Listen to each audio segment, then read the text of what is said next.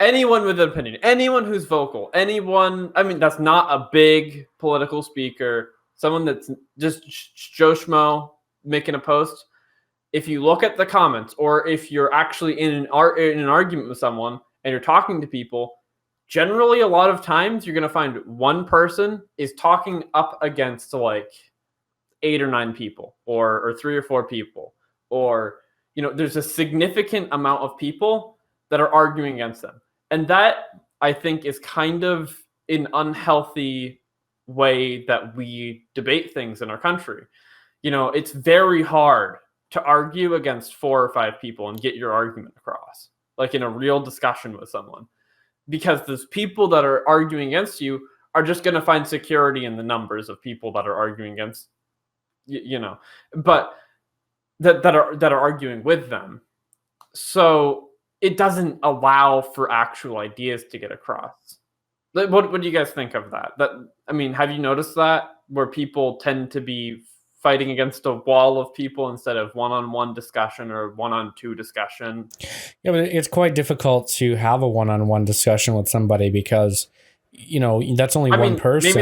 Maybe that's not realistic for something like Facebook, but in real life, Well, okay, you like a political issue, want to have a conversation with people about a political issue. There's 300 million people in this country. How are you going to, educate everybody or allow everybody to be on the same page when only one-on-one rather than talking to a group of people? Well, I think it's a lot. I think people just don't want to hear their opinion. Right. And then they're going to get a bunch of other people to come and argue with them, and they'll effectively get nothing done.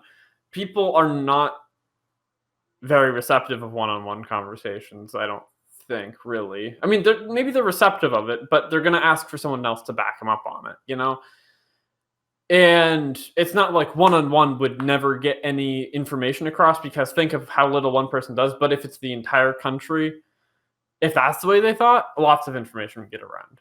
But the problem is, and I've personally, when it's at school, I have an opinion that's controversial, and I'll be discussing it with someone, and it's gonna wind up that I'm talking to 2, 3, or 4 people, and I really can't effectively get across what I'm trying to say when there's 3 or 4 people coming up with ideas against mine. I can't effectively share an opinion that way. And that allows for no growing of our country. That allows for... What I think is, if you see someone in an argument and you disagree with them, but there's already a load of people talking against them, just stay out. I've done that. I've saw a post that I disagreed with, look in the comments, there's already 3 people talking against them. I just choose to stay out, because I feel like it's hurting our country to have this style of debate that goes about. I don't know. Maybe I'm just crazy. Maybe I'm not even noticing something. Maybe I'm noticing something that isn't even real. Fair enough. I get what you're saying.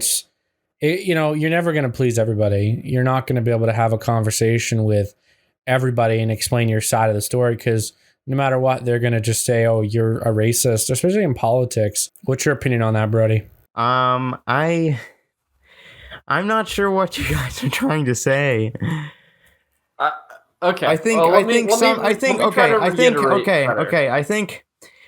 that certain people's personalities, might help you dictate what political side they're on, and they might be more prone to travel in groups.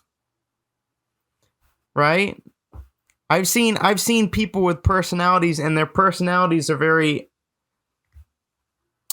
group oriented. I don't want to do things unless I'm in a group. I don't want to speak unless I'm in a group. I don't want to go somewhere unless I'm in a group. And those personalities might be more prone to certain ideas. And I think when you see someone fighting against a group of ideas, it's usually, you usually know which side, the individual versus the group of people, what their ideas are going to be. Sure, but is this group mentality healthy? Do you think people should try to push out of being in a group mentality? Because sure, this is coming from someone who's fairly outspoken about their opinions. I'm talking to a microphone right now into a camera so that people can listen to my opinion, who I don't even know. But Is it healthy for people to have this the group mentality? I don't know. Sure, but what do you think? I think it's natural. I think Yeah, I mean, it is. Of course, it is. People like backup. There's an inherent want to be like other people or to think like other people to fit in. That's natural. But is that a good mentality? Should people want to fit in? I I feel don't know. like I've never really seen it. I see it really social. I see it socially, but I don't see it politically. People always travel in groups everywhere, really, and mhm. that's just a social thing. The whole, you're putting politics into it. I think just the people that happen to travel in those groups are going to end up thinking the same, and I guess that's true. I suppose you're right, but I don't know. I guess what I was trying to say though is really my mentality on this is if you see someone that's already fighting up against a wall, just don't pipe in.